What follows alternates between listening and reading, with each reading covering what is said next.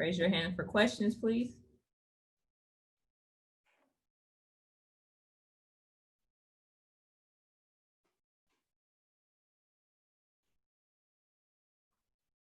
All right, we'll start with Jimmy Himes, then David Pascal, then Rob Lewis. Matt, how do you think you guys will bounce back from this? Obviously, got an open date, and then you got Arkansas. How do you feel like you guys will bounce back from this? An open date is always good, especially when you're in SEC ball.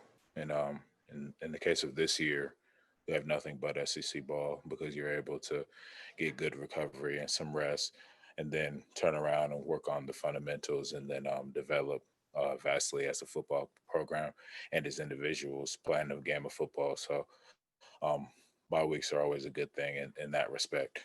And then, you know, we intend on winning the rest of these games, and we're going to do everything to do that, whether we would have had a bye week or not. So, do you think you're closing the gap with Alabama? in some ways, yes, and in other ways, no. It really doesn't matter who we're facing or who the quote unquote standard is. You know, we're just trying to play excellent football day in and day out, week in and week out. You know, not really like comparing ourselves to anybody on a day by day basis. I mean, if you do that, I mean, you'd be living a pretty miserable life.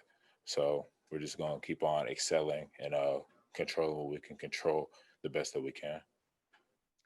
Matthew, you knew Alabama was good at just about everything offensively. What kind of impressed you the most today after facing them?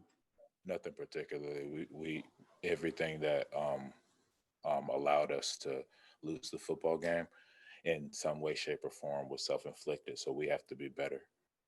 When Mac Jones, I guess he completed like his first 11 passes. Could you sense that out there? I mean, did it seem like every time he dropped back, he was connecting with somebody? Pay attention to like if a player is hot or not. You know, if he's hot, we just have to stop him. If we would have stopped him those 11 plays, we have to continue to stop him. So, I mean, that doesn't really phase a player while they're playing the game.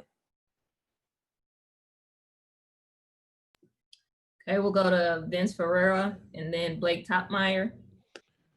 Matthew, what changed this week with Coach Pruitt coaching that D-line group?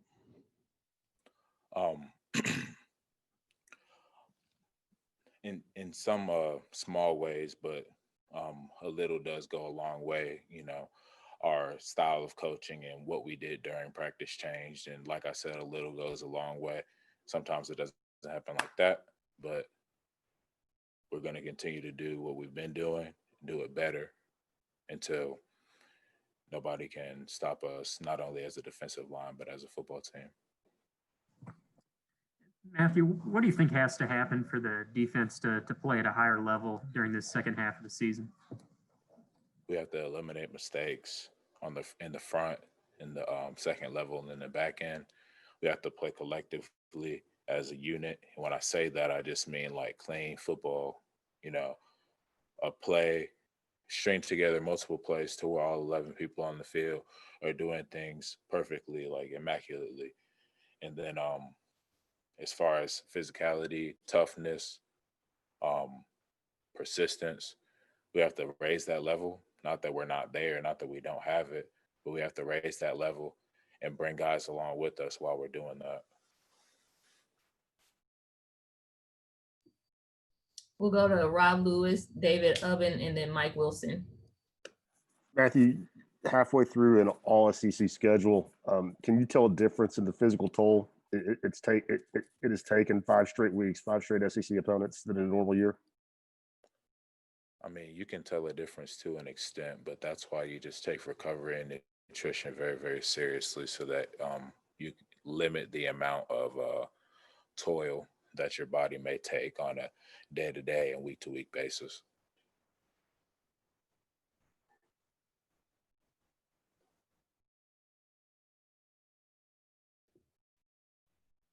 David? Yeah, Matt, when did you guys find out that they were making a change at the defensive line, and what was your group's reaction to that? I believe, if I'm not mistaken, that we were told Sunday during our team and unit meetings. And when it comes to the business that is college football, there's not a whole heck of a lot that you can react to. Things happen on a day-to-day basis, and especially this year, you know, you have a pandemic going on and all kinds of things can happen at any time. So, you know, you control what you can control, you put your head down and you work smart, you work hard, especially on the defensive line.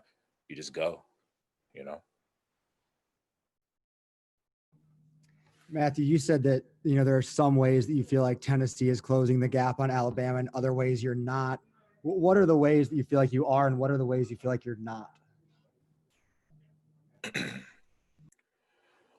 I mean,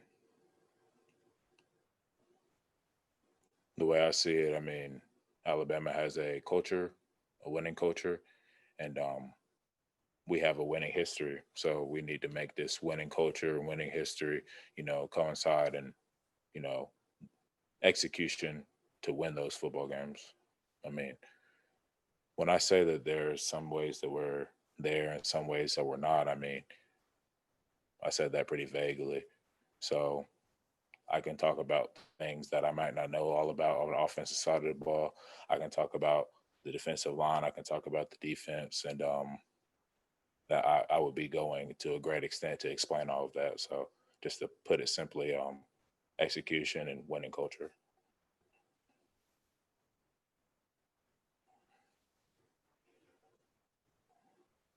Any other questions for Matt?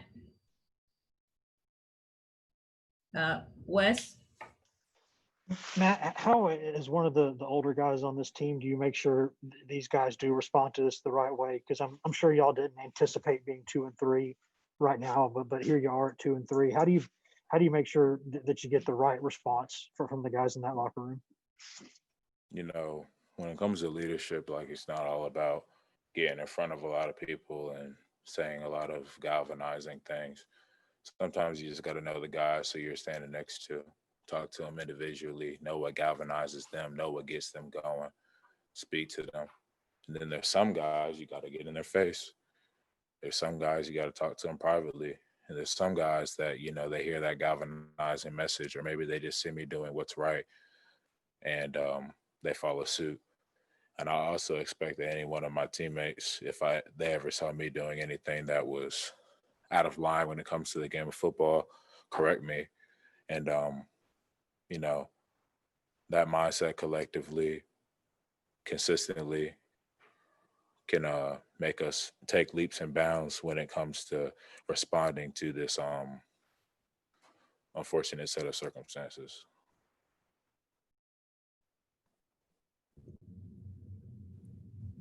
Any other questions?